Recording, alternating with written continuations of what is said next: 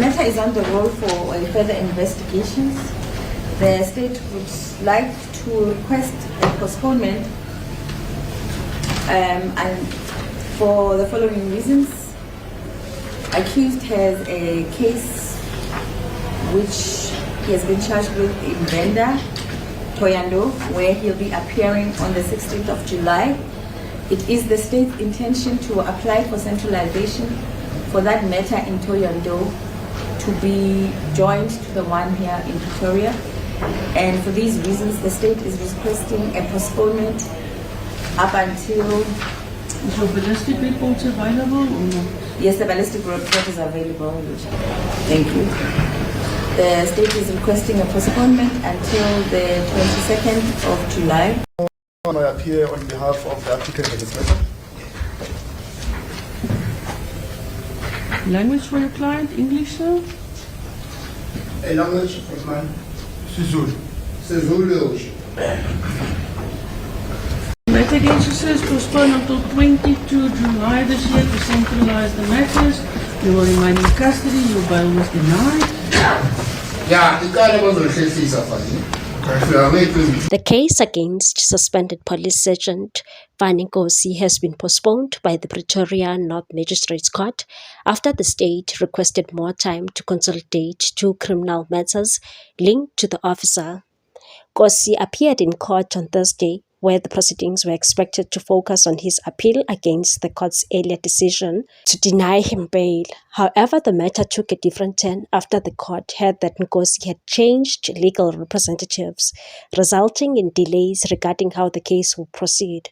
The postponement comes as prosecutors seek to centralize the Pretoria North case with another matter in Thohoyandou, Limpopo, where Nkosi is also facing allegations linked to the disappearance and alleged tampering of confiscated Dagga evidence. During proceedings, Advocate Sizwe Dlali informed the court that the defense team initially advised Nkosi to appeal the refusal of bail, arguing that another court could potentially reach a different conclusion regarding his release. Dlali explained that after consultations, Nkosi chose not to instruct his legal team to proceed with the bail appeal. As a result, the defense intended to formally withdraw from the matter so that the new legal team, which had already filed a notice of appeal, could take over the case entirely. Dlali stated, "Your Worship, as at the last appearance that this matter was before the court, when bail was denied, we advised the client that a different court could have come to a different conclusion in respect of granting him bail." He further stated that the legal transition was necessary to centralize the matter and ensure that one legal team handled all proceedings moving forward. The state then requested a postponement, arguing that there were ongoing efforts to match the Pretoria matter with a related case in Thohoyandou. According to prosecutors, the allegations against Nkosi date back to November 2022, when a suspect was arrested for possession of Dagga, unlicensed firearms and explosives in Limpopo. The court heard that after the arrest, Nkosi allegedly arrived and collected the original case docket, claiming he had been sent by police head office. Months later, he allegedly returned to Thohoyandou and identified himself as a colonel attached to head office before removing confiscated Dagga from police custody. While the exhibits were later booked at head office, investigators allegedly discovered that one of the evidence bags containing the Dagga had been tampered with, raising serious concerns about the handling of police evidence and the possible abuse of authority. The state believes the two matters are closely linked and should therefore be heard together. Addressing the court, the prosecutor said Nkosi is expected to appear in the Thohoyandou matter on 16 July, after which the state plans to formally apply for the centralization of both cases. The prosecutor said, "I would like to request a postponement for the following reasons. The accused has a case in Venda where he will be appearing on 16 July.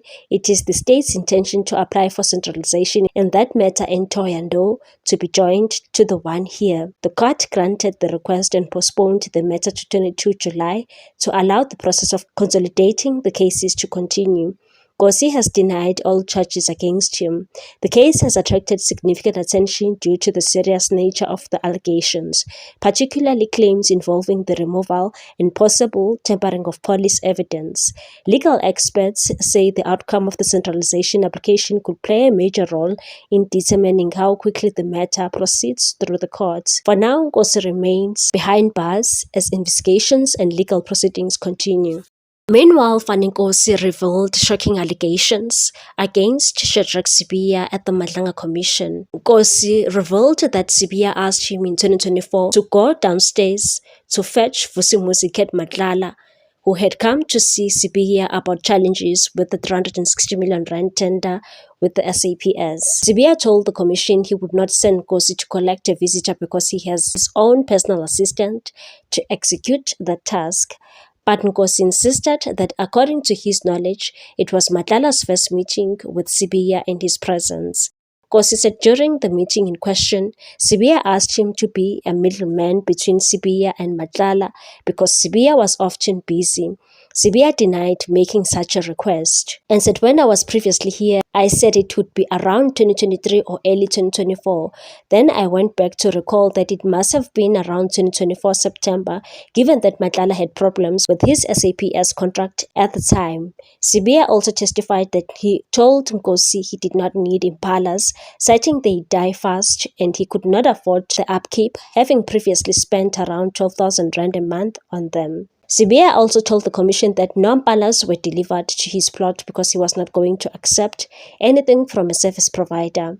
Nkosi confirmed during his previous testimony that a voice note message from someone wanting to know the location to deliver the impalas was sent to him by Madlala. Nkosi stated that Sibiya did not specify that he did not want anything from Madlala or a service provider.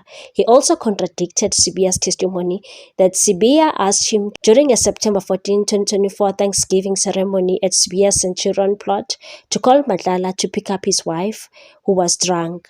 Nkosi said Sibiya only told him to tell Kat to make a turn. Nkosi also came under scrutiny for the role he played in the case of social media commentator Musa Khawula after businessman Zing Nxumalo and ANC Secretary Fikile Mbalula complained about Khawula's offensive social media post. Nkosi's interactions with complainant Nxumalo raised eyebrows, with WhatsApp chats revealing Nxumalo's persistent pressure on Nkosi to facilitate Khawula's arrest, despite Nkosi not being the investigating officer in the case.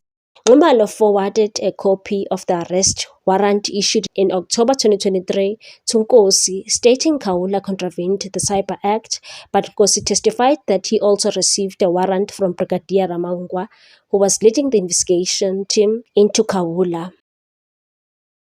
What's your take on this one, people? Thanks for watching. Please subscribe for more news.